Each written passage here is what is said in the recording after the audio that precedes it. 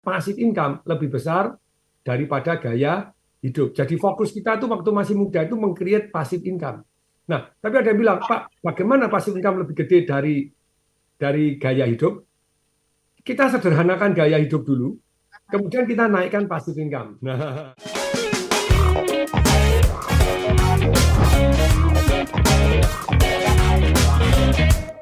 jadi Pak, kalau saya nyisihkan banyak, saya tidak nikmati nanti keburu mati. Nah, Iya, kalau dari saya itu ada yang namanya gini. Kalau kita mau sukses secara keuangan, kita harus ceritanya passive income lebih besar daripada gaya hidup. Jadi fokus kita tuh waktu masih muda itu meng-create passive income. Nah, tapi ada yang bilang, Pak, bagaimana passive income lebih gede dari gaya hidup? Kita sederhanakan gaya hidup dulu, kemudian kita naikkan passive income. Nah, menaikkan passive income ada 3 cara. Tapi kalau menurunkan gaya hidup, itu menyederhanakan gaya hidup. Nah ini Pak Diki tolong layarnya ya Pak Diki, menyederhanakan gaya hidup saya akan tampilkan di layar teman-teman. Jadi oke. kita bisa belajar dengan lebih Pastikan ya. baik. Mhm. Menyederhanakan gaya hidup itu nomor satu. Jadi Anda kan jadi kalau misalnya bisa beli tunai, jadi yang terjelek, menyederhanakan gaya hidup yang terjelek itu ada 4 ya, ada 4 level. Yang terjelek, Anda belum mampu, Anda sudah nyicil-nyicil. Anda mau konsumtif, kayak anak muda hari ini, yang penting IG-nya keren aja. Nah, Oke, ini, sudah ini, ini, ada layak ya. ya ini ada layarnya. Menyederhanakan gaya hidup ya, ini. Jadi menurunkan tingkat barang konsumtif. Bisa beli BMW seri 7 ya beli seri 5 lah. Bila beli baru beli second hand lah. Lanjut Pak Diki. Nah, ini menyederhanakan gaya hidup. Nah, ada yang menunda. Menyadari apa yang perlu, apa yang kepingin. Kita harus tahu. Beli yang perlu terlebih dahulu, beli ingin ketika passive income lebih cukup. Perlu pakaian, jadi kita ingin merek tertentu. Perlu kendaraan, inginnya BMW, repot. No. Perlu makanan, ingin makan restoran mewah. Liburan, pengen liburannya ke Paris. Beda antara kepingin dengan perlu. Woi, no. Pak, saya kan perlu berlibur. Iya, tapi kan tidak harus ke Paris. Woi, no, ya lacak. No, ya. Beng, beng, beng, beng, beng. Nah, tapi ada yang menarik nih. Kalau Anda masih muda, lupa, mosok saya tidak boleh senang-senang. Hanya beli pada waktu ketika passive income kita cukup. Nah, kita bisa menunda kesenangan. Caranya gini, 4 level. Level yang terjelek, yo, silakan. Ya, ini. Konsumtif dengan hutang. Beli sekarang, cicil kemudian. Nikmati sekarang, mati kemudian. Ini banyak. Wow. Tobat. Nah ini yang level ketiga nih, solusinya nih loh. Solusinya nih. Jadi lumayan jelek. Bila punya uang, baru bayar cash barang konsumtifnya. Jadi Anda nabung-nabung, habis. Ini termasuk lumayan jelek, yang 3A. Ada yang 3B, 3B? ya, lumayan lah. Jadi ya, 3B, nih Pak Diki, enter Oke. level sedang. Punya 10 kali lipat dari barang konsumtif, baru beli cash. Nah, tapi ada yang lebih keren lagi nih. Daripada Anda ini level yang lumayan bagus ya, 3C. Yaitu apa? Menghasilkan investasi 3 kali lipat dari harga barang konsumtif Anda, maka baru boleh beli barang cash. Maksudnya apa? Anda mau beli mobil ini, boleh nggak? Boleh. Tunggu, Anda challenge sama diri sendiri, Anda tantang. Kalau 2023 ini, saya punya penghasilan 1 miliar, nah ini penting kan, Oke. 1 miliar, di mana 200 juta ini saya gunakan untuk biaya hidup, Aha. sedangkan 600 juta bisa saya investasikan, Yes. maka saya yang 200 juta boleh saya konsumsikan. Oh. Maksudnya Pak, maksudnya ini loh.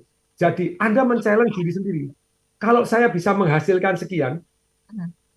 maka sekian saya buat untuk konsumtif, untuk hadiah saya boleh nggak? Boleh. Jadi ini level 3C, lumayan bagus. Saya beri contoh nih. Nih. Misal Oke. Anda pengen, waduh beli 200 juta.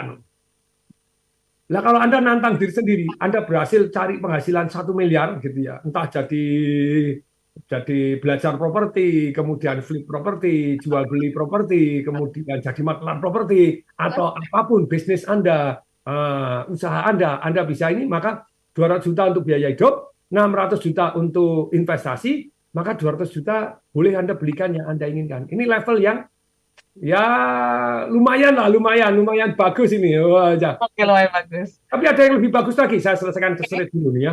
Yang level bagus, yaitu Aha. apa? Anda punya uang, investasikan dulu, hasil investasinya cukup untuk membayar cicilan barang konsumtif Anda.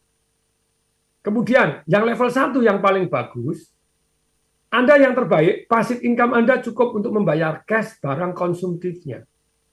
Ya, ini balik lagi yo, sekarang layar nih ya. Jadi ini Ini Kak Audrey nih, wah Kak Audrey nih. Jadi contohnya gini, Kak Audrey umur berapa kalau boleh tahu? Aku 26, Patung. 26, wow. Masih single? Masih? Masih single, jadi teman-teman yang tertarik silahkan hubungin ke nomor Smart FM untuk Kak Audrey Juwana nih, masih single nih. Ya, jadi terus kemudian begini, misalnya umur 26, baru kerja sebagai host radio, kita punya income, misalnya 5 juta, 10 juta, berapapun. Nah, sebetulnya supaya tidak habis, jadi tidak habis, begitu terima duit, sisihkan. Jangan Langsung tunggu ya? sisanya. Saya ulangi ya, terima duit, sisihkan. Jangan nunggu sisanya. Kalau Anda nunggu sisanya, nggak pernah sisa. Ada Pernah sisa. dengar, pernah dengar Mike Tyson, Kak Audrey? Pernah petinju? Bukan, penyanyi dangdut. Alah ya, kok penyanyi dangdut. bukan petinju, orang bangkrut. Ah, oke. Jadi yang terakhir ini jadi petani ganja. Ya di Amerika rada gila ya biarin aja. Terus Oke. jadi stand up comedy, jadi dia orang yang bagus, mulai dapat income lagi lumayan. Tinju lagi, sempat tinju lagi lumayan. Tapi dulu pada waktu dia umur 40 menyatakan diri bangkrut, padahal dia dapatnya jadi 5 triliun, 5.000 miliar selama dia tinju. Tapi tetap bangkrut karena dia tidak bisa menyisihkan. Jadi terima duit langsung habis, terima duit habis. Ya. Jadi Oscar de la Hoya beda lagi. Nah, dia punya bisnis tinju. Lah itu lebih lagi. Dia punya investasi banyak. Nah, George Foreman sempat bangkrut juga, tetapi dia beda lagi. Akhirnya dia tinju lagi, dapat income, mulai dia investasi ke dalam bisnis yang aman dan menguntungkan, yang menggunakan namanya dia. Panggangan, terus kemudian pakaian untuk orang-orang besar. Nah, kalau Mike Tyson, dia tidak mempunyai investasi, termasuk banyak pemain basket, Dennis Rodman, Oke. banyak petinju, pemain basket yang kaya-kaya pada waktu tuanya sengsara, karena dia waktu terima duit tidak menyisihkan. Jadi Ya. kalau kita masih muda, terima duit sisihkan, digulung, supaya apa? Supaya kita punya investasi yang aman.